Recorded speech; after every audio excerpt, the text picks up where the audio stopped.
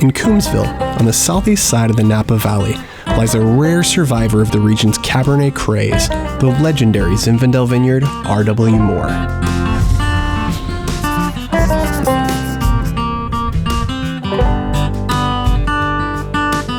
One of the first things that I did when I started making wine there was go look back through the deeds and who had done what and who had planted what. And it's a property that's changed hands a lot of times. And I think that you can sort of see a lot of the history and the progression of the history of the wine business in Napa with those deeds. Planted in 1905 by merchant mariner Pleasant Ashley Stevens, R.W. Moore's vines were trained uniquely squatty. They're head-trained wild vines that are trained short to the ground. And the way I understand it is the reason for that is so farmers can train the vines to capture the heat that radiates off the soil.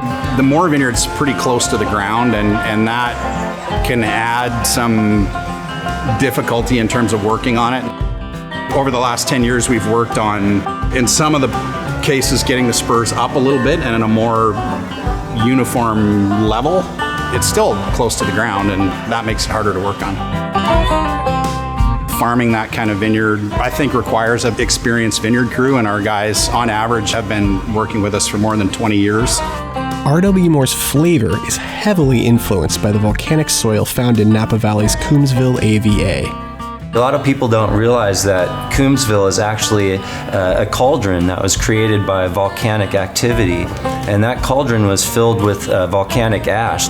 I think that the reason for the flavors, the aromatics, the characters, the mouthfeel, everything that's in that wine is coming from that volcanic soil.